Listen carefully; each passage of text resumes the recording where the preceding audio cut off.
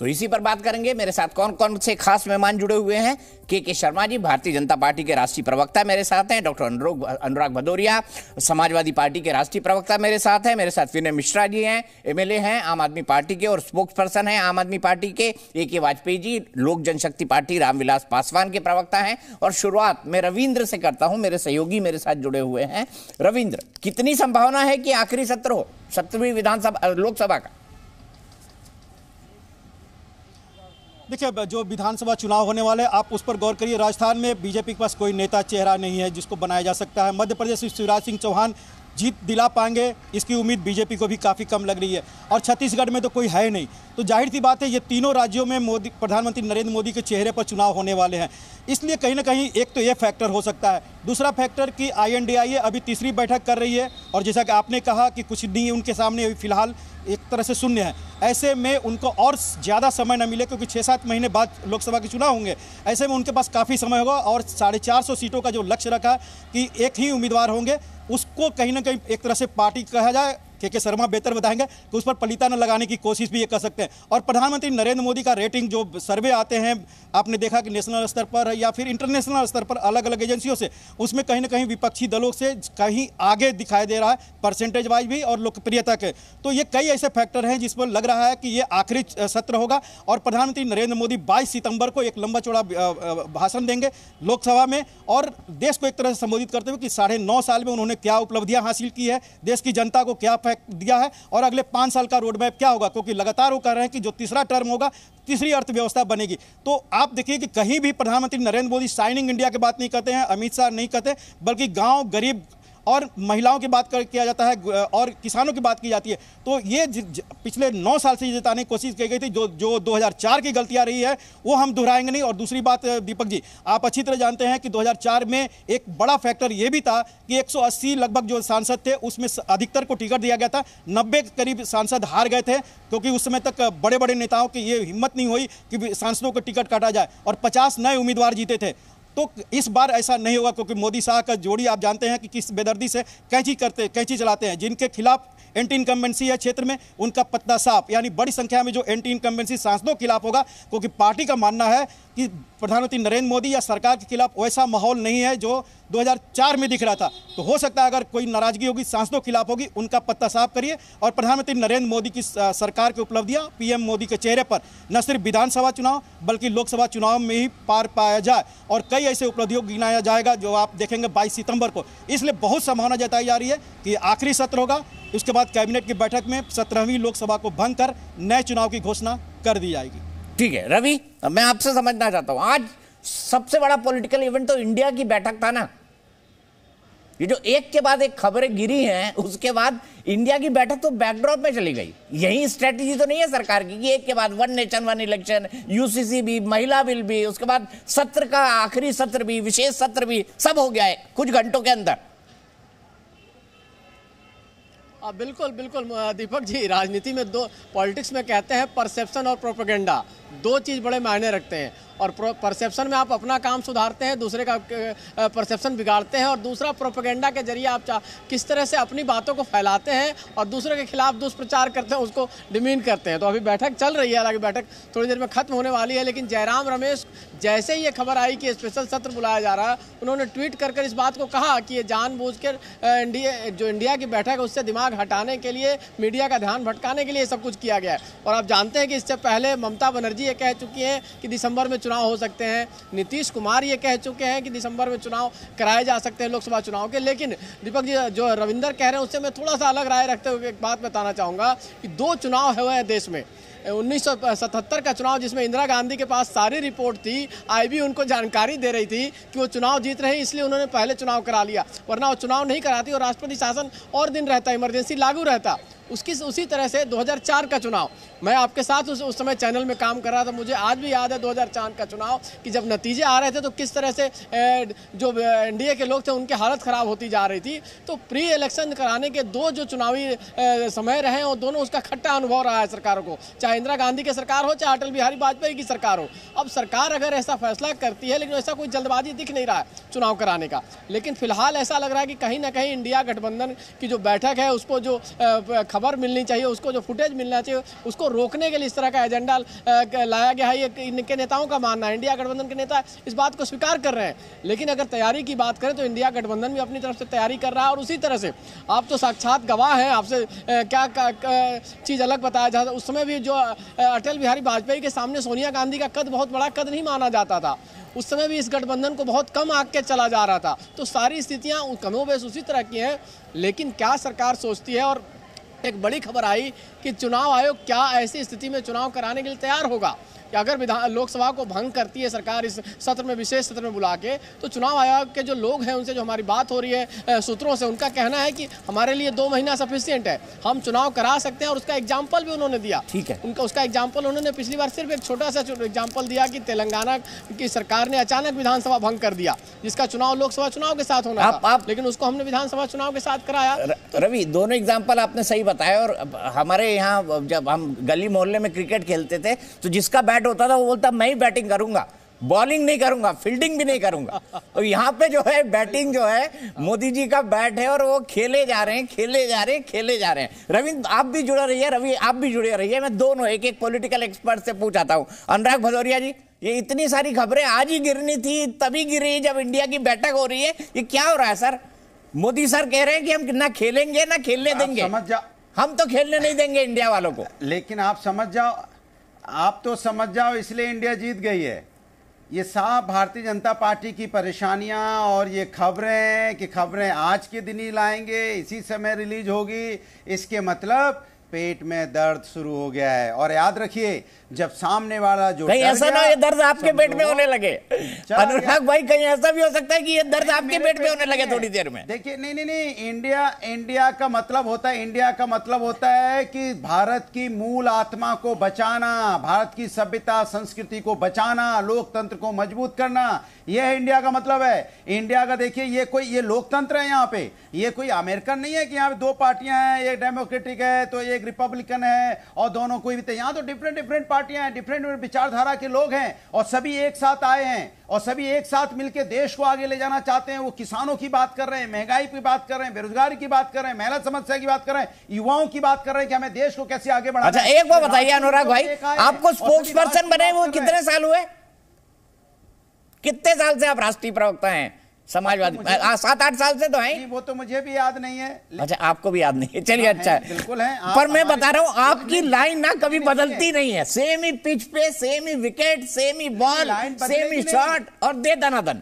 नहीं, वो इसलिए नहीं बदलेगी कि असली मुद्दा यही है जो भारतीय जनता पार्टी भटकाना चाहती है। हम मुद्दों पे रहते हैं ना, भारतीय जनता पार्टी तो चाहती है कि मुद्दों पे चर्चा ना हो। इसलिए मैंने बोला कि भारतीय जनता पार्टी का देखो, वो चाहती नहीं यहाँ पे किसी तरह से कि महंगाई दर 8% करीब इस पे चर्चा ना हो जाए, या यहाँ पे जो कंज्यूमर प्राइस इंडेक्स है 11.5% है, उस पर चर्चा ना हो जाए। अच्छा, नहीं इस पे चर्चा हो, वो चाहती नहीं इंडिया की बैठक हो रही है। अखिलेश यादव जी ने कहा था 1 नेशन 1 इलेक्शन होना चाहिए, पता है राज जी? नेता पे चर्चा हो जाए। आप तो अपने नेता के खिलाफ बोल रहे हैं। 2 सेकंड और उन्होंने पूछा, नहीं 2 सेकंड और वो पूछते इंडिया का लीडर कौन? मैं कहता हूं इंडिया के पास कितने सारे लीडर हैं, सोचिए आप, इतना बड़ा हिंदुस्तान है, लोकतंत्र में कितने लीडर? उत्तर प्रदेश से अखिलेश यादव जी आते, इतने मजबूत लीडर, वो भी प्राइम मिनिस्टर हो सकते हैं। ममता बनर्जी जी भी आती हैं, उधर से नीतीश कुमार जी भी है। सोचिए कितने बड़े लीडर हैं यहाँ पे जो देश का लीड कर सकते हैं। ये नेतृत्व है देश का। देश के पास जब ज्यादा नेतृत्व होता है तो देश सुरक्षित होता है। लेकिन बीजेपी के पास में एक ही नेता है, दूसरा नेता है ही नहीं।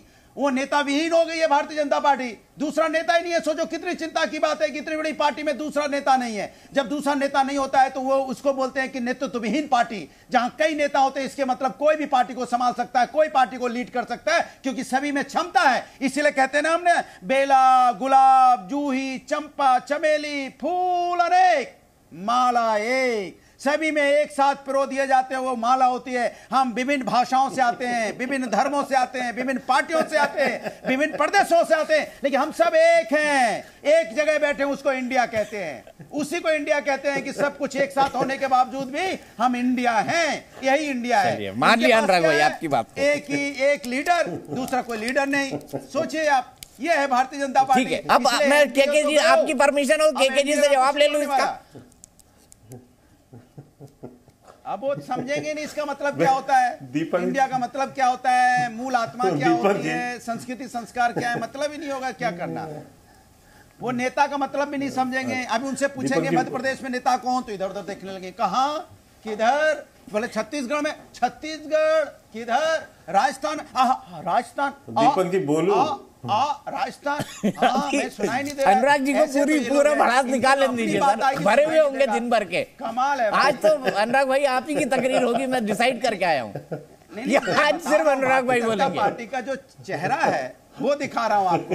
भगवान ने जो टेप रिकॉर्डर को फिट किया ना सर, आपके बाद आपके फिट करने के बाद उन्होंने खांचा बनाना ही छोड़ दिया। बोले नहीं भाई, अनुराग ही के पास में सब पूरा प्रेम अनुराग के साथ ही रहेगा। नहीं, ढांचा नहीं, इतनी ढांचा की बात नहीं है। हम तो बात करते हैं राष्ट्रीय नेतृत्व की। हमने बताया आपको कि जहां पे देखो विभिन्न, आपने देखा नहीं, लोकतंत्र इतना बड़ा देश है। अब इतने बड़े देश में आपके पास एक ही नेता है, दूसरा नेता नाम नहीं ले पाते, ये तो आप कैसे समझ पाएंगे? सोचिए, अगर हमको बंगाल को समझना होगा तो हमारे पास बंगाल से ममता जी आती है ना। अगर हमें तमिलनाडु को समझना होगा तो तमिलनाडु से नेता आ रहे हैं ना। अगर हमें उत्तर प्रदेश को समझना होगा तो अखिलेश यादव जी है ना। अगर हमें कर्नाटका को समझना होगा तो वहां से नेता है ना। इनसे पूछिए इनको समझना कहां से है, किधर से समझना चाहते हैं? एक नेता कितनी जगह से समझ सकता है? इसीलिए कह रहे हैं इनके पास नेता नहीं है, नेतृत्व नहीं है। एक नेता के अलावा दूसरा नेता नहीं, क्योंकि हमारा देश है वृद्ध देश है, ये संस्कृति संस्कारों से भरा हुआ देश है। यहाँ पे आप देखिए विभिन्न भाषाओं से, कहां कन्याकुमारी से लेकर कश्मीर तक का देश है। यहाँ कश्मीर से भी ये नेता हमारे पास है, सोचिए। लेकिन इनके पास क्या है? दो मुद्दे। अभी बोलेंगे परिवारवाद, फिर इनसे पूछेंगे कि भाई परिवारवाद के साथ तो आप चौटाला जी की सरकार बना, नहीं, चौटाला जी परिवारवाद में नहीं है। फिर कहेंगे आप शिवसेना के साथ आप सरकार बना रहे हैं जिनको परिवारवाद, हाँ शिवसेना परिवारवाद में नहीं है। इनसे पूछो भाई पीडीपी के साथ भी सरकार बनाने गए थे कश्मीर में, वो भी परिवारवाद से आती है। आप तो आपके साथ है, मतलब आप मेरे साथ हैं तो परिवारवाद में आ गए वो। इसी तरह अकाली दल के साथ आप सत्ता चलाते हो तब परिवारवाद नहीं मानते। फिर चिराग पासवान जी की झोपड़ी में आग लगा दी थी, वो अपनी झोपड़ी का खोज रहे थे, कहां उनकी झोपड़ी है, कहां बांस है, बल्ली है। जब तक खोज रहे थे तब तक फोन आ गया, पासवान जी आ गई। अरे हम हैं, आ गए। पासवान जी हाथ उठा के पहुंच गए एनडीए में, हाँ बाबा आपकी झोपड़ी जोड़ दी जाएगी। अब चचा परेशान है, पारस चचा लड़ेंगे कहां से? हाजीपुर से वो लड़ेंगे कि पासवान जी हाजीपुर से लड़ेंगे? वो परिवारवाद दिखाई नहीं देगा। हमारे यहाँ अपना दल उत्तर प्रदेश में, वो परिवारवाद दिखाई नहीं देता इनको, क्योंकि सत्ता के साथ है,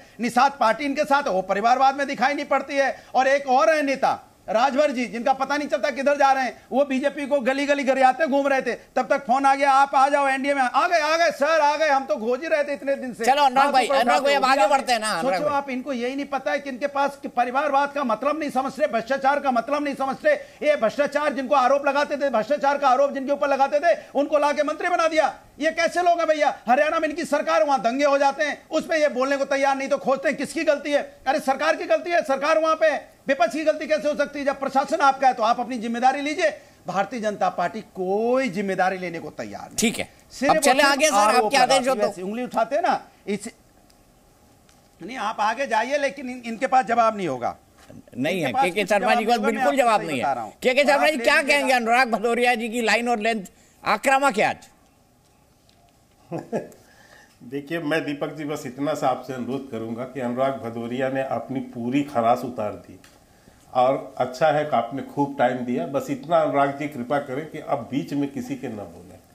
भाई एक कमेंट से चालू करता हूँ, फिर मैं ओरिजिनल बात पे आऊंगा। अब आप जा रहे हो, आपके बीच में कैसे बोल सकता हूँ? भाई जाने वालों का मैं सम्मान करता हूँ। यार ये फिर वही बदतमीजी में उतर गए तुम, वही बदतमीजी करते हो तो यही तो दुख है। बाकी अरे नहीं बोलूंगा, आप बोलो भाई, आप शुरू करो, मैं नहीं बोलूंगा।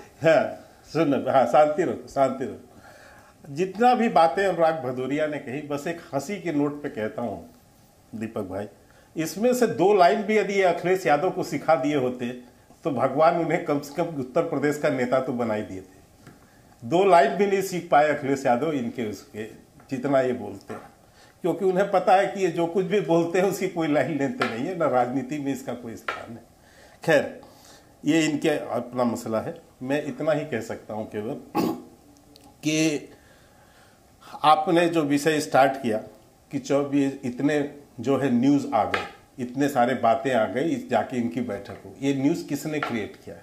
24 घंटे का जो पीरियड है दीपक जी, इस 24 घंटे के पीरियड में जब से इस गठबंधन जो घमंडिया गठबंधन की बैठक की बात हुई, न्यूज़ किसने बनाया? सबसे पहले केजरीवाल, मैं प्रधानमंत्री का दावेदार, उनकी पार्टी का नेता आया, मैं जो है केजरीवाल बन सकते हैं। दूसरा न्यूज़ किसने दिया? टीएमसी के नेता का आया, नहीं ममता बनर्जी भी प्रधानमंत्री की दावेदार है।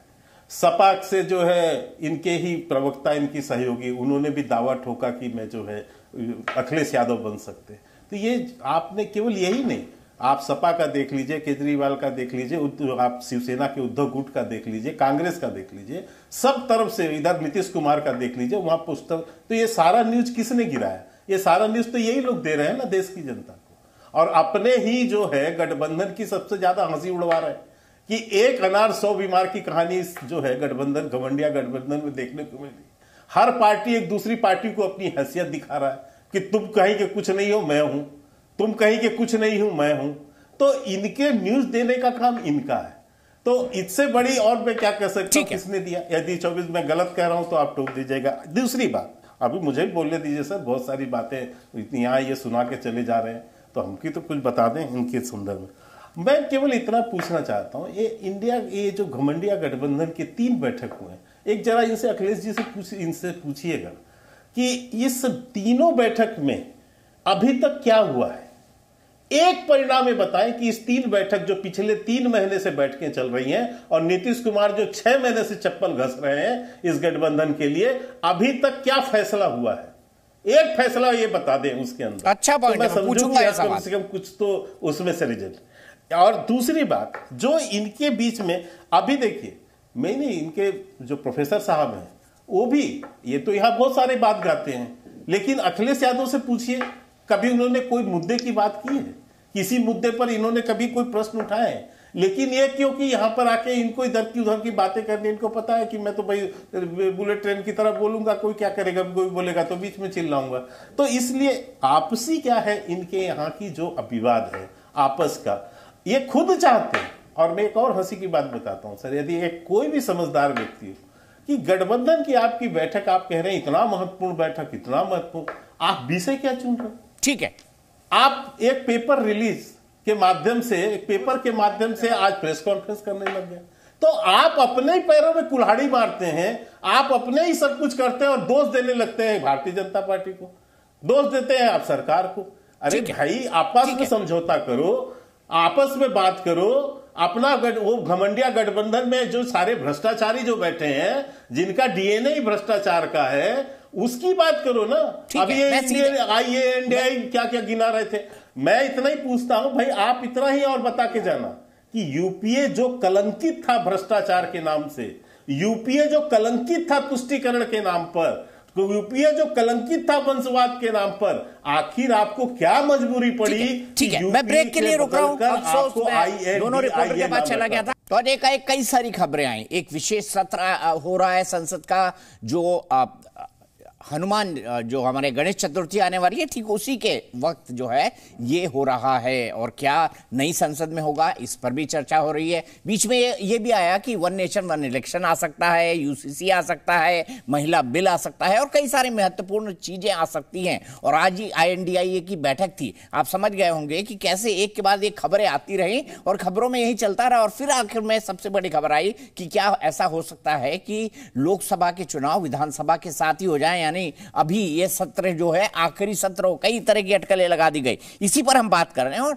सवाल बड़ा उठाया था के शर्मा जी ने। के शर्मा जी का सवाल ये था, के शर्मा जी मेरे साथ है, अनुराग भदौरिया जी मेरे साथ है, विनय मिश्रा जी मेरे साथ है और AK वाजपेयी जी मेरे साथ। विनय मिश्रा जी, मेरा सीधा सवाल, इन 3 बैठकों में निकला क्या? देखिए, मेरे को उम्मीद है आप मुझे बोलने देंगे क्योंकि दोनों को आपने बहुत समय दिया। मैं पहले इन मीटिंग का फायदा गिनाना चाहता हूं। दूसरी मीटिंग में NDA को, मोदी जी को 9 साल में पहली बार अपने सारे घटक दलों की याद आई। आनंद फानंद में उनको बुला के उनके साथ मीटिंग करके, शेर अकेला चलता है, शेर चलता है करते हुए इनके साथ एक फोटो खिंचवा के दिखाई कि हमने सबको, तो उन घटक दलों को सम्मान मिला। ये इस मीटिंग का फायदा हुआ। दूसरा सम्मान, 9 साल में इनको बहनों की याद आई और रक्षाबंधन, हम इतने साल से रक्षाबंधन मना रहे हैं लेकिन 9वें साल में तो रक्षाबंधन की याद आई और सिलेंडर 200 रुपए घटा के इन्होंने महिलाओं को 200 रुपए जो है सस्ता देने की बात की। तीसरा, मोदी जी को बेरोजगार को रोजगार देने की याद आई और 51,000 नौकरियां आनंद फानंद में 20 करोड़ रोजगार देने की बात की, लेकिन 51,000 नियुक्ति पर्ची बांटी। अब आपने मैं बताना चाहता मीटिंग से क्या हुआ। विभिन्न दल, विचारधारा अलग अलग, विभिन्न मतभेद, लेकिन एक पटल पे आके सबने अपना मतभेद छोड़ के, मनभेद छोड़ के देश को कैसे आगे ले जाना उस पर आके चर्चा की। देश में भ्रष्टाचार, बेरोजगारी कैसे खत्म की उस पर चर्चा की। आज जो मीटिंग हुई उस पर काफी डिसीजन लिया गया। आपने देखा सुबह एजेंडा आया था जिसमें सीट शेयरिंग की बात थी, जिसमें जो है अच्छा ये बता सोशल मीडिया, दीजिए दिल्ली में कितनी सीटें देंगे कांग्रेस को? देखिए ये तय करना मेरा काम है, ये तय करना के लिए इंडिया की मीटिंग। पंजाब में कितनी देंगे आप कांग्रेस को? मैंने आपको क्या कहा, आज इसकी इंडिया की मीटिंग हो रही है और इंडिया की मीटिंग में हमारे शीर्ष नेतृत्व वहां गया हुआ, वो इस पे फैसला लेगा। मैं उस पे कहने के लिए अभी देखो गजब है ना, आप भी काम वो बता रहे विनय जी, मतलब कि गजब का नैरेटिव बना रहे हैं आप लोग। काम मोदी जी करते जा रहे हैं इंडिया से डर के, सिलेंडर भी सस्ता कर दिया, बेरोजगारी को भी याद आ गई। अरे ये काम आप करिए ना सर, कुछ ऐसा नैरेटिव तो बनाइए। ये काम भी मोदी जी कर देंगे तो आप क्या करेंगे? सरकार में मोदी जी उनसे पूछना चाहते हैं कि जो है चाइना को लाल दिखाने की, अब चाइना में पहुंच गया, सिलेंडर से सीधे चाइना पे विनय जी। देखिए मुद्दों पे बात करेंगे ना, चुनाव मुद्दों पे होना चाहिए। महिमा मंडन के लिए नहीं बैठे हम लोग, किसी व्यक्ति विशेष की पूजा करने के लिए नहीं बैठे। देश जिस परेशानी से जूझ रहा है उस पर चर्चा करने बैठे। और विपक्ष का हमेशा काम है कि देश में जो दिक्कत हो, जो समस्याएं हो, उसको पटल पर उठाने का। तो विपक्ष वही काम। वाजपेयी जी क्या कहेंगे विनय मिश्रा जी की इस बात पर? निकला क्या 3 दिनों में? आ रहा हूं के भाई, वाजपेयी जी को एक बार। दीपक जी, ये चल रहा है कार्यक्रम, 1 साल हो गया, सितंबर में नीतीश बाबू ने शुरू किया था ये, और 1 साल में ना चेहरे का नाम आया, कोई चेहरा सामने आया, ना कोई कन्वीनर बना, ना सेक्रेटरीट बना, ना कोई कॉमन मिनिमम प्रोग्राम बना, ना कोई कमेटी बनी। कहाँ पहुंचे? जहां चले थे वहीं खड़े हैं। हाँ, अब ये जरूर है कि लोगों निकालेंगे। लोगों से क्या हो जाएगा? इलेक्शन कमीशन पार्टी चुनाव वो लड़ती है जिसका सिंबल होता है। सारी पार्टियां अपने अपने सिंबल पे चुनाव लड़ेंगी। मुझे ये बताइए कि ये कैसे मोदी जी का मुकाबला करेंगे? महंगाई की बात करते हैं, अभी कल ही दे दिया ना 200, ये तो मान ही रहेगा 200 रुपए सिलेंडर दिया, और गरीब गुरबा को 400 रुपए कम किया सिलेंडर। तो ये इसका श्रेय मोदी जी को जाएगा, इनको चला जाएगा? मतलब हमें तो ताज्जुब है इनके। और दूसरी बात यह है कि कांग्रेस वर्सेस ममता है, कांग्रेस वर्सेस अखिलेश है, कांग्रेस वर्सेस आंध्रा वाले रेड्डी ब्रदर्स है, कांग्रेस वर्सेस केसीआर है। और कांग्रेस की दुविधा ये फंसी हुई है कि किस तरीके से अपनी पार्टी का वोट बढ़ाए या रिवाइव करें। आप याद करिए 88 में वीपी सिंह जब निकले थे कांग्रेस से, उनके माध्यम से ही ये वोट छत्रप ले गए थे। चाहे लालू हैं, चाहे शरद यादव थे, चाहे अखिलेश के पिताजी मुलायम सिंह थे, या ममता दीदी थी, वो वोट कांग्रेस के पास आज तक वापस नहीं आ पाया। तो कांग्रेस की पहली प्रायोरिटी है कि उसको वापस लाओ, और उसी में अगर वो सीटें नहीं लड़ेंगे तो कैसे वोट वापस आएगा? और छत्रप अगर सीटें नहीं लड़ेंगे तो वो कैसे सरवाइव करेंगे? सबसे बड़ी समस्या इनकी यहां आने वाली है। इस समस्या का सॉल्यूशन पहले इनके पास है ही नहीं कोई निकालने का। और मान लो निकाल लिया इन्होंने, जैसा ये कह रहे हैं कि 1 to 1 करेंगे हम, चलो 1 to 1 कर लो। तो 1 to 1 करने के बाद ये सब के अंदर जो है ना जी, वो खिचड़ी सरकारों वाला मामला याद करो, देवीलाल जी बन रहे थे, फिर वो माहौल ऐसा बना के उन्होंने अपना उतार के मुकुट वीपी सिंह को रख दिया था, और कांग्रेस चलने नहीं देती।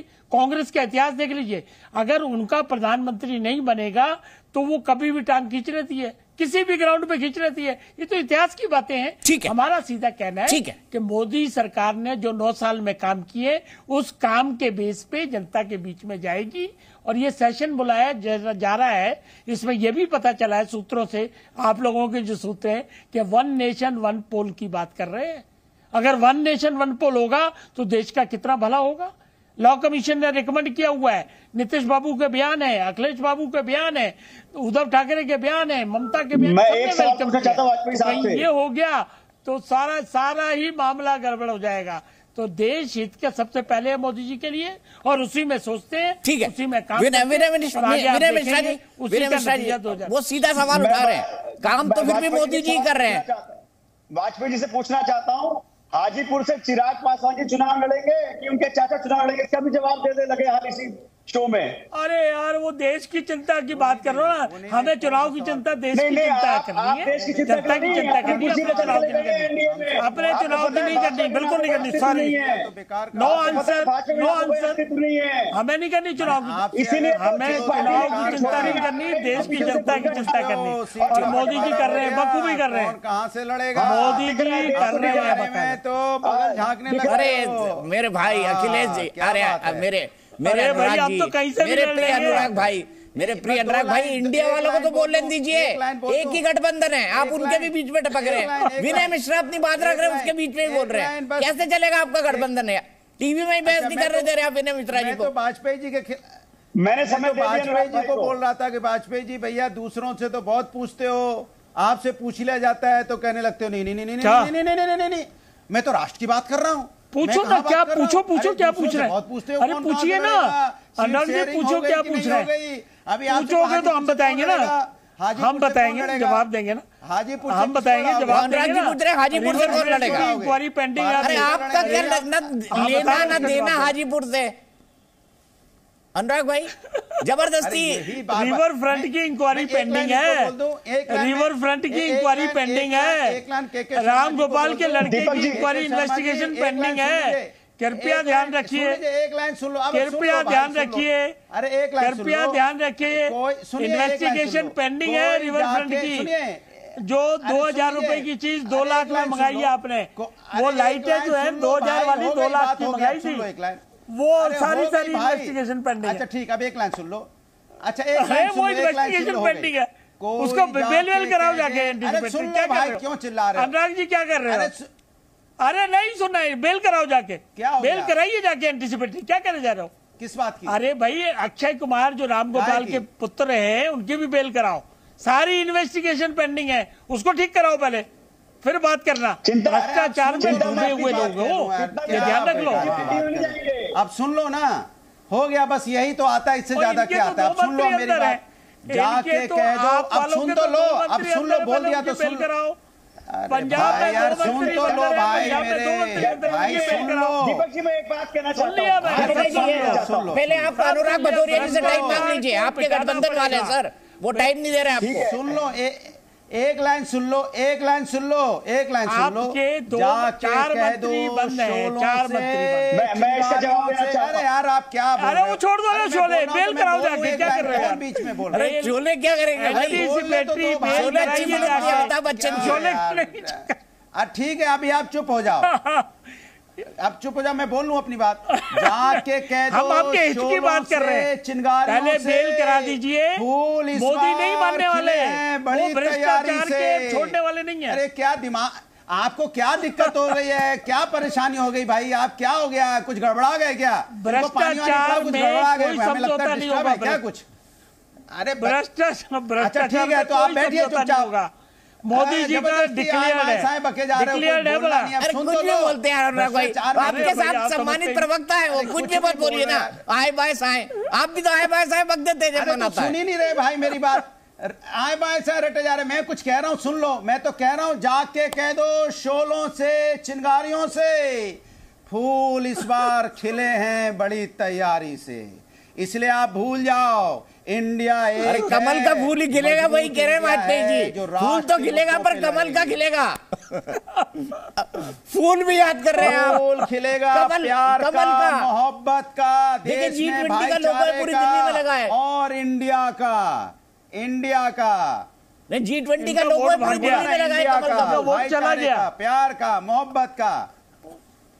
अरे यार दीपक जी, अच्छा अब मैं के शर्मा जी बहुत देर से चला गया। अरे विनय जी, मैं बहुत माफी चाहता हूँ, ये आपके जो सहयोगी पार्टी के प्रवक्ता है ना इंडिया के जो दूसरे समाजवादी पार्टी वाले, वो आपको बोलने नहीं दे रहे, मैं तो बोलने दे रहा हूँ, वो बीच में टपक जाते हैं हर बार।